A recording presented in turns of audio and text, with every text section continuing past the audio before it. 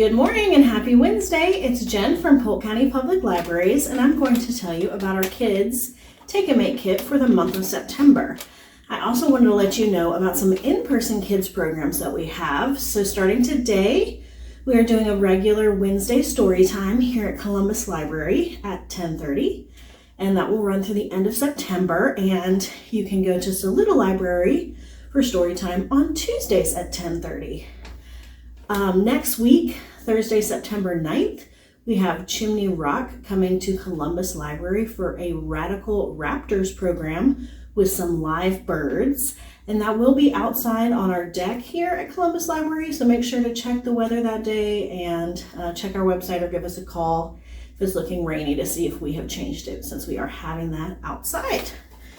All right, so the Kids Take and Make kit for September is for a tiny art show. You can pick up your kit starting today at Columbus or Saluda Library.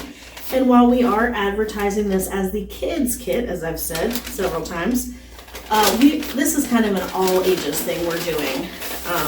So even if you're not a kid, you can grab one of these tiny art show kits. So you have several things inside your bag. You're going to have 3 different colors of paint. They are totally random, and if you have more paint at home, you are welcome to use that as well, but we'll just give you some to get you started. You have a paintbrush, and you have a very tiny 4x4-inch canvas panel. So what we want you to do is just create a beautiful masterpiece on this little panel, and then if you would like, you can have it displayed at the library for our tiny art show. So we're going to give you a few weeks. So bring your little mini canvas back to the library by Saturday, September 18th. And then we're going to display them all for a few weeks.